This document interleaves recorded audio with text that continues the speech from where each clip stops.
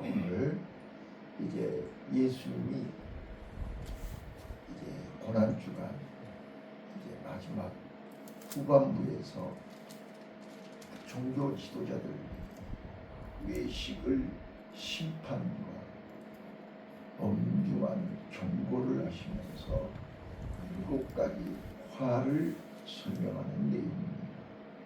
자, 그래서 1절부터 12절까지 서기관과 바리새인들의 외식을 지적하고, 이제 13절부터 36절까지 7가지 화를 설명하고 있습니다. 그리고 마지막 37절부터 39절까지는 예루살렘을 향한 하나님의 탄식을 소개하고 있습니다. 자, 오늘 이 외식과 거칠에 놓치지 마셔야 될 것이, 사람들은 사람들에게 인정받고 사람들 앞에서 높아지기를 원하고 사람들 앞에서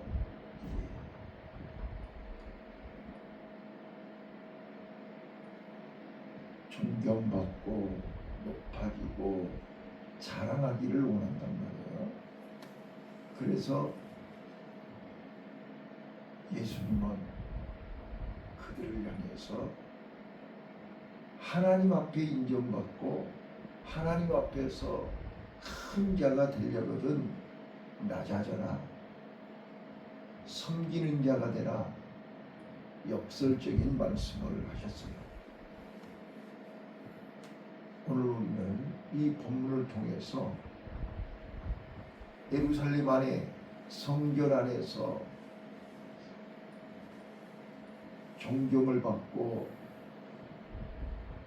권세를 휘둘렀던 서기관과 바리새인들에게 7가지를 지적합니다. 첫 번째, 13절에 보시면 천국 문을 막고 자기도 들어가지 않고 들어가려 하는 사람들을 못 들어가게 한다라는 게 첫 번째입니다. 자, 오늘 우리는 자기 자신의 신앙을 점검하고 돌아볼 필요가 있습니다. 나는 남에게 무거운 짐을 지우게 하고 손가락 하나 까딱하지 않으면서 거칠에 겉으로 보이는 사람들 눈을 의식하고 사람들에게 자랑하고 사람들 앞에서 인정받기 위해서, 존중받기 위해서 화려한 옷을 입고 여러 가지 타이틀을 붙이고 높은 자리에 앉으려고 하는, 그런데 하나님은 예모를 보지 아니하시고 마음 중심을 보신다는 말씀을 기억해야 됩니다. 거기 15절에 보면 성도 하나가 이렇게 하나님 앞에 나와서 천국을 가려고 하면 오히려 그를 지옥으로, 마귀의 자식, 지옥의 자식으로 만들어버리는 그는 화가 있다. 오늘 우리는 삶으로, 생활로, 믿음으로 본을 보여야 되는데, 제가 어제 우리 학생들하고 오후에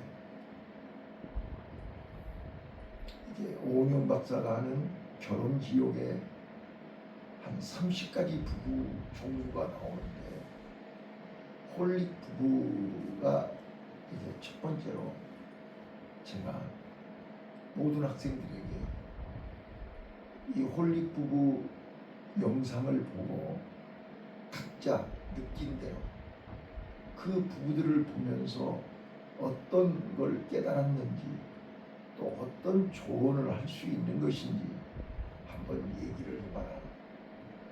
그래서 점심 먹고 오후에 그 영상을 개인적으로 다 보고 발표하기 시작했어요. 깜짝 놀랐어요. 다 저마다 보는 시각이 다르고 느낌이 다르고 또 거기에 대한 장단점을 얘기해봐라. 그 부부에 대한 장점과 단점을 얘기해봐라. 그랬더니 다들 저마다 내가 어떤 경험을 지금까지 했고 내가 어렸을 때 어떻게 살았는지가 그대로 다 나와요. 오늘 우리는 내가 부정적인 경험을 많이 했으면 내 입에서는 부정적인 시각으로 얘기를 해요. 이게 가장 중요한 거예요. 이걸 이제 프로이드가 정신분석 이론에서 6살까지 어떤 경험을 했느냐가 그 사람의 일생을 좌우한다. 이런 얘기를 했어요. 마찬가지로 오늘 우리는 주어진 환경과 문제 앞에서 우리가 영적으로 어떤 체험을 했느냐에 따라서 흔들리는 사람이 있는가 하면 더 강해지는 사람이 있어요. 자, 우리는 누가 뭐라 해도 나는 연약하고 부족하지만 그래서 예수님이 나를 구하러 이 땅에 오셨고 나의 부족함을 채워주시기 위해서 성령님이 오늘도 24시간 나와 동행하시고 나에게 말씀을 주시고 나에게 깨닫게 하시고 내 손을 붙잡고 친히 인도하심을 믿으시기를 바라요. 근데 그걸 거부하고 말씀을 거부하고 임마누엘을 거부하고 내 고집대로 내 마음대로 마치 탕자가 아버지의 말씀이 싫고 아버지와 함께하는 것이 싫어서 집을 나갔잖아요. 오늘도 우리 하나님은 나와 동행하기를 원하시고 내 곁에 계시기를 원하고 나에게 말씀하시기를 원한단 말이에요. 근데 악한, 타락한, 추악한 인간들은 하나님을 예면하고 거부하고 자기 고집대로만 하려고 하는 거예요. 이거는 타락이라고 하는 거예요. 자, 오늘 이 서기관과 바리새인들을 향해서 예수님은 너희들은 이 뱀들아 이 독사의 자식들아 이렇게 얘기했어요. 이 말이 무슨 뜻이에요? 완전히 겉은 멀쩡한데 악한 영에게 사로잡혀서 악한 영들이 시키는 것만 하는 악한 영들의 심부름꾼 노릇하고 있다는 거예요. 그래서 지옥의 자식들로 만들어버린다. 오늘 우리는 우리 자신을 돌아볼 필요가 있어. 세 번째로 23절로 24절에 보면 내가 지금도 기억해요. 나 신학교 다닐 때 교수님이 이 구절을 숙제를 내줬던 것 같아요. 11조는 들이되 더 중한 바 의와 인과 신을 버렸도다. 이거를 이제 숙제로 내렸어요. 저는 그때 당시에 이 말씀의 깊이를 깊이 깨닫지 못했어요. 그런데 오늘 다시 한번 이 본문을 보면 지금 예수님이 이 말씀을 바리새인과 서기관들에게 어떤 의도에서 하셨냐는 말이에요. 그들은 본질을 잃어버린 거예요. 의와 인과 신이 뭐예요? 하나님이 우리에게 이 땅에서 하나님의 자녀로 천국 백성으로 사는 사람들은 11조 물질, 돈보다 더 중요하게 여겨야 될 것이 의와 인과 신이다. 정의, 한국말로 얘기하면 정의와 인, 긍휼, 신, 믿음이잖아요. 그래서 하나님은 불의가 아니고 정의를, 판단과 심판이 아닌 긍휼을, 그리고 어린아이처럼 단순하게 100% 신뢰하는 믿음. 우리는 하나님을 믿는데 너무 조건이 많아요. 하나님을 믿는데 왜 이렇게 복잡해요? 하나님을 믿는데 왜 이렇게 말이 많아요? 단순해야 돼요. 아버지니까, 부모니까, 하나님이 나를 만드셨으니까, 하나님이 나를 이 땅에 보내셨으니까, 하나님이 지금도 나와 함께 하시니까 단순하게 믿어야 되죠. 그리고 아버지 말씀이니까 우리는 무조건 순종해야 된다며. 근데 토를 달아요. 따져요. 물어요. 어린아이 그런 거 필요 없어요. 그냥 100% 믿는 거예요. 우리 아버지가, 우리 할아버지가, 우리 할머니가, 어느 부모가 자식이 어려움 당하는 걸 좋아하는 사람 한 명도 없어요. 그래서 예수님이 그랬잖아요. 생선을 달라는데 뱀을 줄 자가 어디가 있어요? 세상의 부모도 그러는데 하물며 하나님일까 보냐. 오늘 우리는 하나님에 대한 신뢰, 하나님에 대한 믿음, 하나님에 대한 본질을 회복하시기를 바라요. 많은 사람들이 겉은 멀쩡한데 본질을 잃어버렸다. 믿음 있는 것 같은데 믿음이 없다는 걸. 뿐만 아니라 25절로 26절에 보면 겉은 깨끗한데 속이 너무 안과 밖이 다르다. 그리고 겉은 화려한데 속은 회칠한 무덤과 같다. 27절로 28절에 여러분, 지금 예수님이 이 말씀을 왜 하시는 거예요? 서기관과 바리새인들이 입고 있는 옷은 화려해. 목사옷, 선지자옷, 박사옷, 옷은 화려하지요. 그런데 그 속에 회칠한 무덤이다. 그 말은 사람을 죽이는 독이 많다. 무덤은 죽이는 거잖아요. 죽은 사람들이 들어가는 곳이잖아요. 그래서 그 입에서 나오는 말이 독이 있다. 그들이 하는 모든 것들은 사람을 죽이는 독이라는 거예요. 오늘 우리는 살리는 일을 해야지 죽이는 사람이 돼서는 안 된다. 그래서 예수님은 이 땅에 살리러 오셨습니다. 우리 교회는 살리는 교회입니다. 우리 센터는 살리는 센터입니다. 살려야 됩니다. 어제도 교수님이 오셨어요. 근데 그 교수님이 그러는 거예요. 그 학생한테 여기서 어떤 실습을 하고 어떤 걸 배웠냐.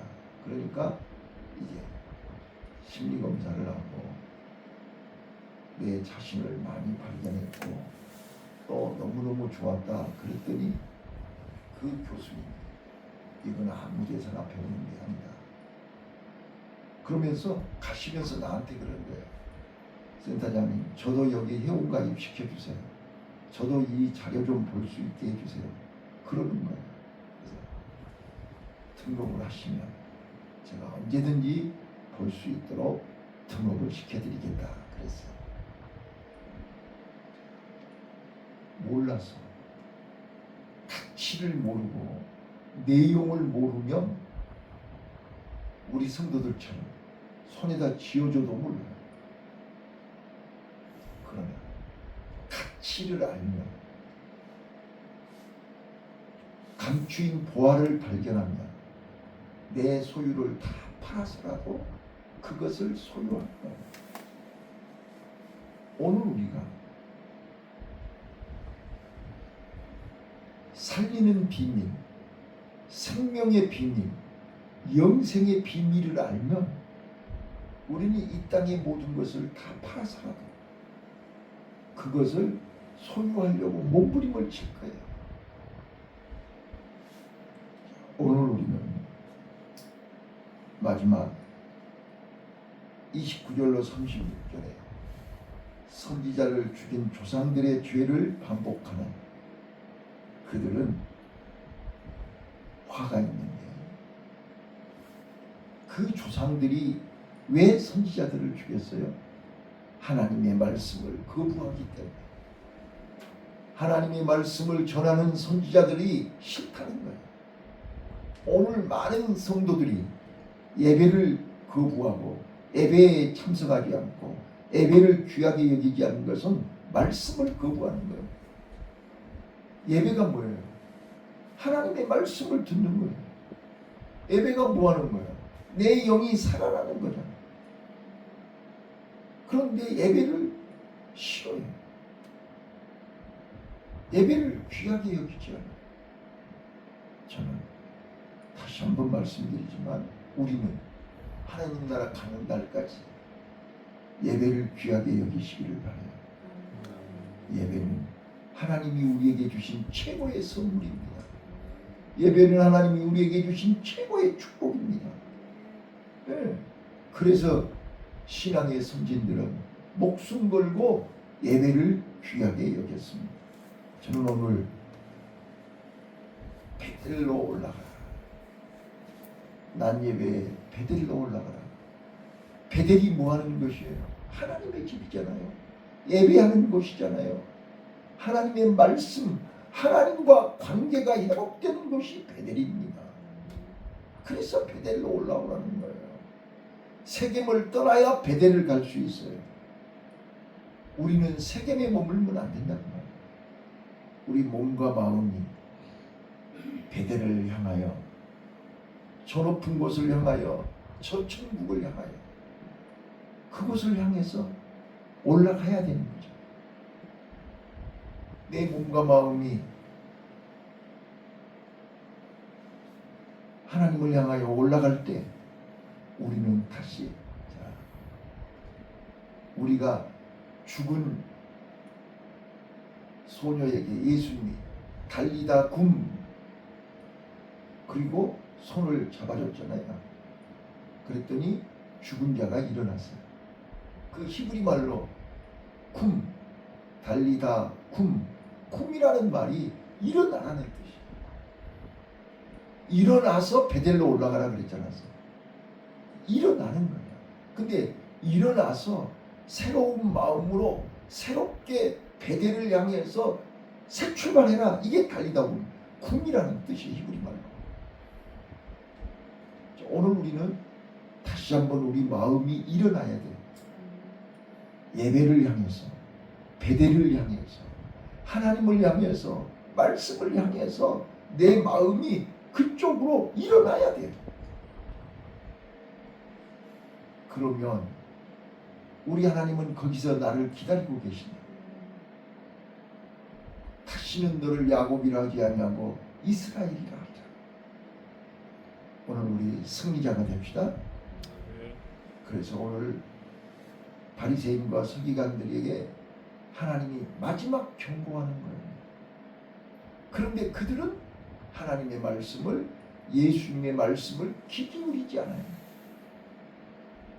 그래서 그들은 결국 도리에 돌아나 남지 않고, 그들은 예수님이 마지막 38절 39절에서 얘기했던 것처럼 암탉이 암탉이 병아리들을 보호하듯이 하나님께서 예루살렘을 그렇게 보호하고 지켜주었는데 이제는 더 이상 희망이 없다는 거예요. 다시는 너희들이 나를 보지 못하리라. 오늘은요, 하나님의 은혜를 예면하지 말고 하나님의 은혜를 끝까지 기억하면서 오늘도 예배의 승리자들이 다 되시기를 예수님 이름으로 축원합니다. 기도하겠습니다. 하나님 아버지,